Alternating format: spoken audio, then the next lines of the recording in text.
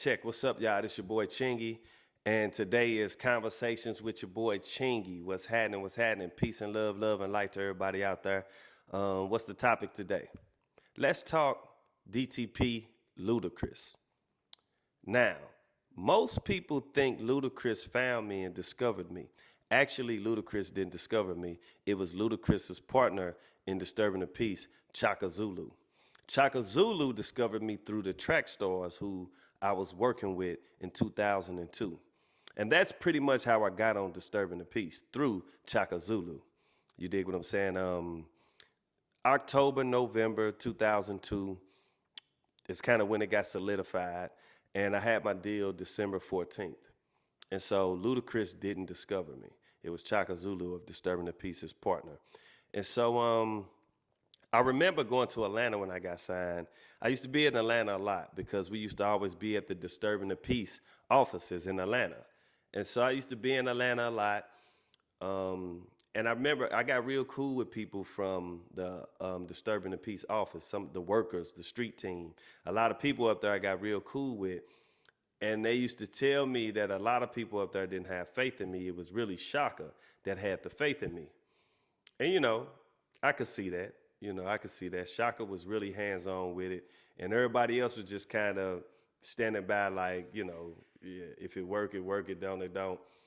But we all know what happened. And so, Ludacris, I used to see Ludacris when I used to go up there and when we would do certain stuff. And Ludacris didn't really speak to me. He didn't really speak to me. And so, where I'm from, St. Louis, I'm on his label. So you would think it would be some type of interaction.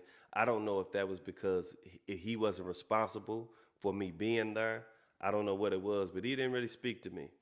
And so, being from St. Louis, we look at that as, being fake. So we'll kind of categorize somebody and put them in that fake category because we don't understand that. If I'm on your label and you're not speaking to me, it's kind of odd. It's odd for me to walk around and be on your label and represent this when, that's kind of the feeling that I'm getting from you is kind of iffy. But nevertheless, Ludacris ended up coming around. I remember, and he came around when we was on the Chicken and Beer tour. This is when I sold millions of records, my first single right there, Holiday Inn. I think we was on One Call Away, and we did the Chicken and Beer tour because this is when Chris had the records Stand Up. And I remember a lot of people telling me I was getting bigger than Chris. And so, that was interesting in itself that they would tell me I was getting bigger than Chris. It wasn't like no hatred or nothing, malice how they was saying it. They was just like, you're getting bigger than Chris. And so I remember being on that tour, and that's kind of when Chris came around and started talking to me, wanted me to come on his bus and stuff, start interacting. But that's because everything was blown up. Everything had blown up. And so it was through the roof. And so he kind of didn't have a choice. But yeah, man. And so, Ludacris, I remember Holiday Inn song when we did the Holiday Inn record. And Chris was doing his verse. I think we was in Atlanta or we might have been in LA. But it was one of them.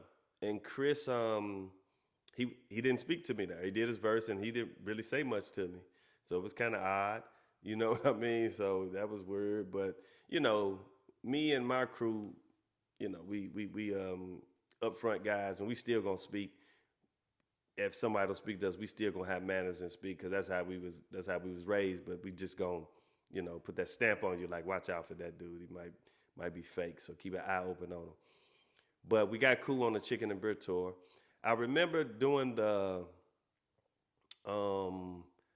we did the Fight in the Club video with I-20, and I-20 at first wasn't real cool. Like a lot of the DTP members, when somebody first come into a label that they already been on for a while and you come getting this treatment, they can have a little malice in their heart.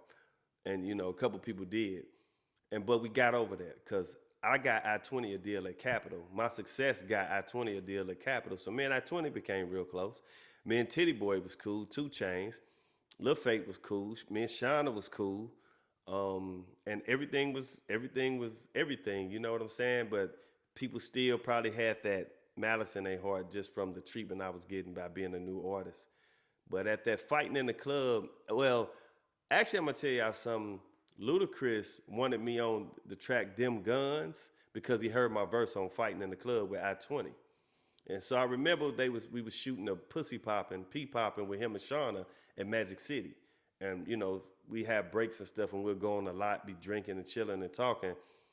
And I-20 was playing Fighting in the Club with me on it, and Ludacris heard it and he wanted me on Them Guns when he heard that verse. And so that's how I got on Them Guns. All in all, it was a beautiful experience. But Ludacris cool dude. Me and Ludacris cool now. But I also I'm gonna tell y'all something, cause I know y'all probably seen me chilling with Nelly at his birthday party and doing shows, coming out on shows with Nelly and stuff. But a couple years ago, how me and Nelly got to talking and kind of got really cool. Back cool. Well, I ain't gonna even say back cool. How we start conversing really and start, just kind of start getting with Nelly and coming out on the shows and stuff. It's Ludacris. We had this show in Indianapolis where I was coming out on Ludacris set. Ludacris told Nell I was in the dressing room. So Nell came in there.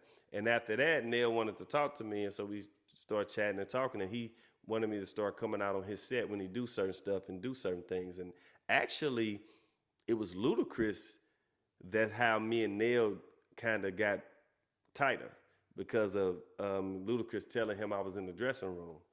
And so a lot of people don't know that. And so from there, me and Nell just was jamming, and he need me on something, need me to do something, I do it, and like that. But that's another story with me talking about Nelly and the Saint Lunatics. Conversations with Chingy. I'm gonna get to that too. But right now, this was Disturbing the Peace and about Ludacris and how when I got on Disturbing the Peace, me and Ludacris, he didn't talk to me much. You know what I'm saying? But we eventually became cool. And this your boy Chingy, Conversations with Chingy. Peace and love, love and light. Y'all follow me on all my social medias, at Chingy TikTok, at Chingy Instagram, Howard Chingy Bailey Facebook.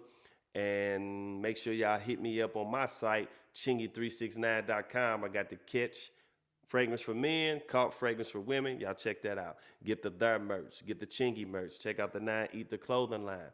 Got a book coming soon, ebook/audio book titled Conscious Creation to Manifestation.